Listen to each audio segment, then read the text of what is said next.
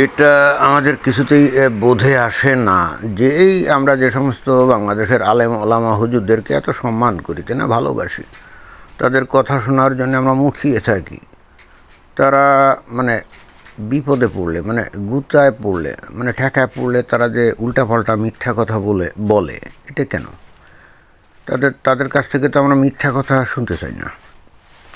দেখেন এই যে আহমদুল্লাহ হুজুর কি কথাবার্তা বলছে, ওই যে মিজানুর রহমান আজহারিকে যখন অস্ট্রেলিয়া থেকে ডিপোর্ট করা হলো, তো তারপরে আমরা শুনলাম যে এই আহমদুল্লাহ সাহেব সেও নাকি ওই অস্ট্রেলিয়াতে রওনা দিয়েছে।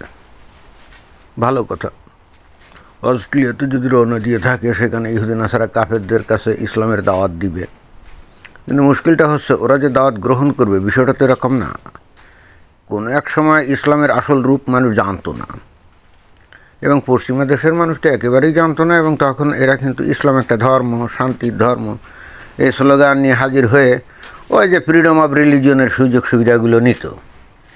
কিন্তু পশ্চিমা দেশগুলো তো আস্তে আস্তে জেনে গেছে Islam is not a religion, it's a political ideology in disguise of religion.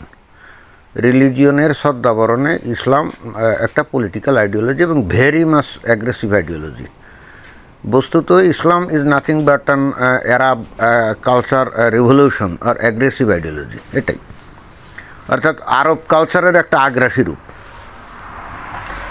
এইটা এই বাংলাদেশের মুসলমানরা যদি নাও জানে তাতে কিছু যায় আসে না, বা হুজুররা জানাশোনার পরেও যদি এগুলো লুকায় রাখে তাতেও কিছু যায় আসে না, কিন্তু যাদের জানা দরকার অর্থাৎ পশ্চিমারা তারা কিন্তু জেনে গেছে। আর জেনে যাওয়ার পরেই কিন্তু এখন এই যারা নাকি ওই আগে নিষ্কলের ভাব নিয়ে যে সমস্ত হুজুর আলেম ওলামা এই পৃথিবীর বিভিন্ন দেশে যাইতো, এখন কিন্তু মানে তারা বাধার সম্মুখীন হচ্ছে। কারণ এরা যাদের বিরুদ্ধে সারাক্ষণ সোচ্চার যে ইহুদি নাসারা এবং একই সঙ্গে ইসলাম ত্যাগকারী যে মুরতাদ, তাদের বিরুদ্ধে যেভাবে বিষোদ্গার করে নিজের দেশে, তো এই সমস্ত লোকজন দেশের বাইরে আসে, তারা তো চুপ করে বসে থাকবে না, তাই না? তো এই সমস্ত লোকজন যাতে ওই সমস্ত উন্নত দেশে গিয়ে মিথ্যা কথা বলে মানুষকে বিভ্রান্ত করতে না পারে, ওই জন্য তারা তো উঠে পড়ে লাগবে। এবং এরকম লাগার কারণেই বস্তুত এই আহমদুল্লাহ সাহেবেরও ওই ভিসা কিন্তু রিভোক হয়ে গেছে।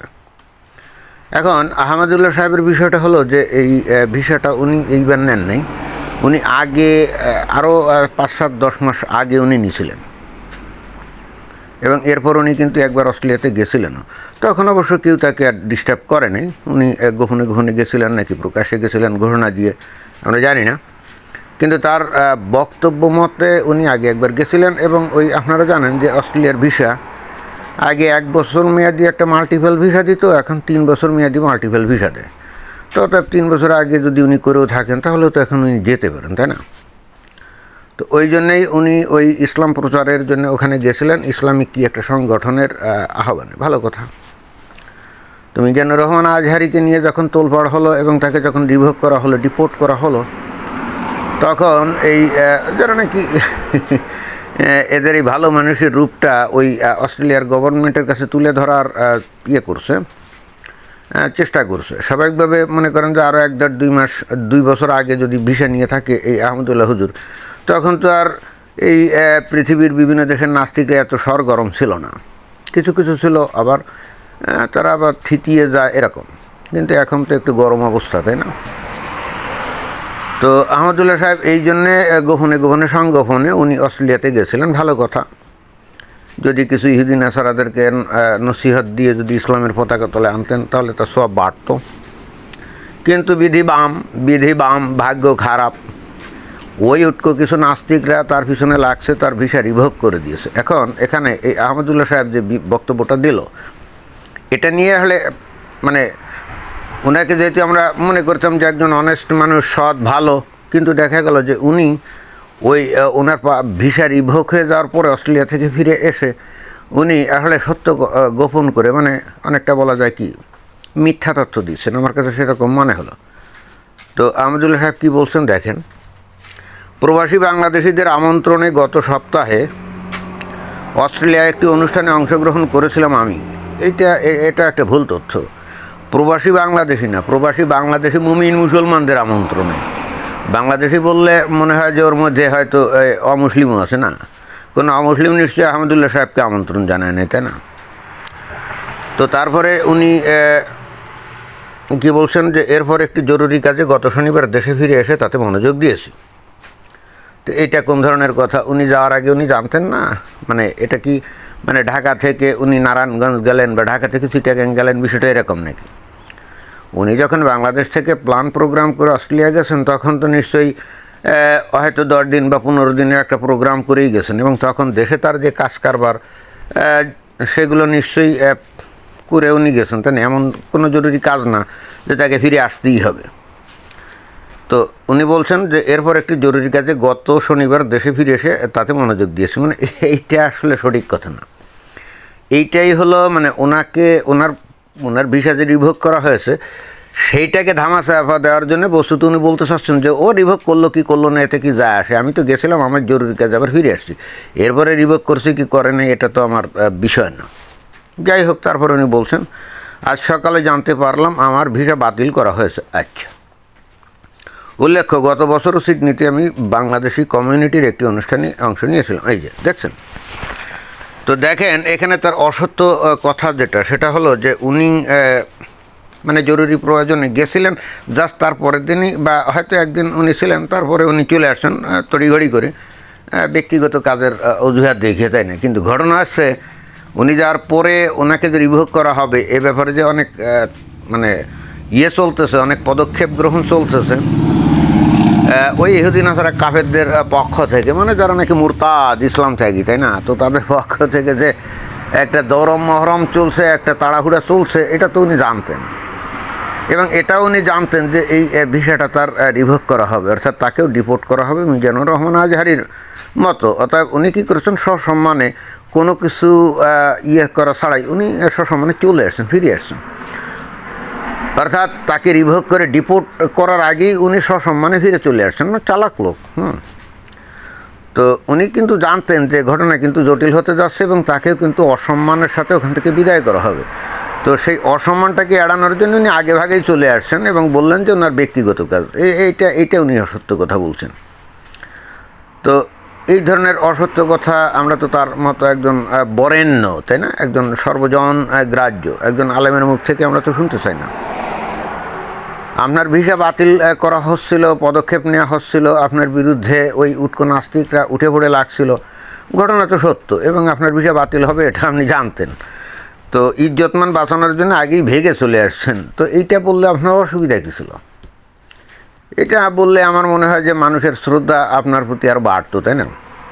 কিন্তু আপনি সেটা না করে আপনি কায়দা করে ভাব নিলেন যে আপনার বিরুদ্ধে কিছু হয়নি, ওই যে আপনার ভিসা তো বাতিল করেছে, তাই না? এটা তো আপনি জানতেন না যে পদক্ষেপ নেওয়া হচ্ছে। মিজানুর রহমান আজহারি তো আপনার সাথে অনেক বেশি ইনফ্লুয়েন্সিয়াল এবং তার জনপ্রিয়তা তো আপনার থেকে আরও অনেক বেশি, তাই না? তো তার কপালে যখন ওই রকম অবস্থা ঘটছে, আপনার কপালেও যে একই অবস্থা হবে এটা তো আপনি জানতেন বলে আপনি চলে আসছেন। এইটা স্বীকার করলে অসুবিধা কী?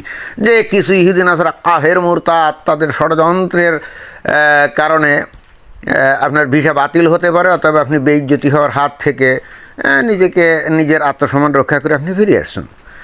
এই সত্য কথাটা বললে আপনার কি ইজ্জতমান যাইতো? আমার মনে হয় যে যা তো দূরের কথা আরও বাড়তো, তাই না? তো এইভাবে অসত্য কথা বললে মানুষ যে মেনে নিবে বিষয়টা হলে তা না। আপনি এটা বললেন বলে পাবলিক বিশ্বাস করলো এই অনলাইনের যুগে, এই সোশ্যাল মিডিয়ার যুগে। জি না, মানুষকে এত বোকা ভাবা ঠিক না। এক সময় আপনারা মানুষদেরকে বোকা বানিয়ে যা ইচ্ছা খুশি বলতেন, তারা তা বিশ্বাস করতো অন্ধের মতো। কিন্তু এখন কি সেই দিন আছে বলেন? আহমদুল্লাহ হুজুর সাহেব, পরিশেষে দেশে থাকতে তো আপনারা বাঘের মতো হুঙ্কার দেন, তাই না? এই যারা নাকি ইসলাম ত্যাগ করছে তাদের বিরুদ্ধে কত ফতোয়া জারি করেন। আপনাদের কেউ কিন্তু বাধা দেয় না, আপনারা বাঘের মতো চলেন, আপনারা সিংহের মতো চলেন। তো এখন দিন পাল্টে গেছে, ওই একইভাবে আপনারা দেশ বিদেশেও বাঘের মতো সিংহের মতো যাবেন, আপনাদের খুব সম্মানের সাথে সেখানে গ্রহণ করা হবে, আপনারা থাকবেন, রঙ্গ তামাশা করবেন। মানে এই দিনগুলো কিন্তু এখন আর নাই, এটা আপনাদেরকে বুঝতে হবে, বুঝছেন? আপনাদের চলার পথে কিন্তু আগের ওই মসৃণ নাই। ওই পশ্চিমারাও আস্তে আস্তে জেনে গেছে আপনারা আসলে কারা। যতই মিষ্টি মধুর কথা বলেন না কেন, এইগুলো কি আর এখন আর মানুষ বোঝে না। মানুষ কিন্তু এখন ইসলাম সম্পর্কে আপনাদের থেকে অনেক বেশি জানে, বুঝছেন? অতএব আপনারা ওই ভালো মানুষের ভান করে আপনারা এই পশ্চিমা দেশগুলোতে যাবেন কেন? মানে যাবেনই বা কেন? এটাই তো আমার প্রশ্ন। আর যদি জানো, এভাবে আপনাদেরকে অপদস্থ হতে হবে এখন। মানে সেই দিন অলরেডি চলে আসছে, বুঝছেন? আগের মতো সেই রঙ্গ তামাশার দিন, সেই মজা ফুর্তির দিন আর নাই। আপনারা এনাফ মজা ফুর্তি করছেন, বুঝছেন? কিন্তু আপনারা যেটা করতে চেয়েছেন সেটা হলো যে আপনারা মানে একই ওই মানে ওই ইয়েতে গসপেলে একটা আছে, যিশুর একটা বক্তব্য আছে, সেটা হলো যে ওই ভেড়ার চামড়ার নিচে উল মানে নেকড়ে। আপনারা তো বস্তুত ভেড়ার নিচে নেকড়ে হিসাবে, মানে নেকড়ের গায়ে ভেড়ার চামড়া লাগিয়ে ভেড়ার ভান করে আপনারা দেশে বিদেশে ঘুরে বেড়াতেন। কিন্তু মুশকিলটা হচ্ছে পশ্চিমা দেশগুলো এখন বুঝে গেছে যে আপনারা আসলে ভেড়া নাকি নেকড়ে, বুঝছেন? এখন কিন্তু পরিস্থিতি কিন্তু আস্তে আস্তে আরও জটিল হচ্ছে। আপনাদের চলন বলন এগুলো কিন্তু সীমাবদ্ধ হয়ে যাচ্ছে, বাংলাদেশের মধ্যেই থাকতে হবে। আর বড় জোর আপনারা পাকিস্তানে যেতে পারেন এই পর্যন্ত। ইয়ের বাইরে ওই সৌদি আরবে হয়তো গেলেন হজ করতে, কিন্তু একটা দিন আসবে যখন আমার মনে হয় যে সৌদি আরবও আপনাদেরকে নিষিদ্ধ ঘোষণা করবে। অর্থাৎ আমাদের জগৎ কিন্তু আস্তে আস্তে সংকুচিত হয়ে আসছে, বুঝছেন?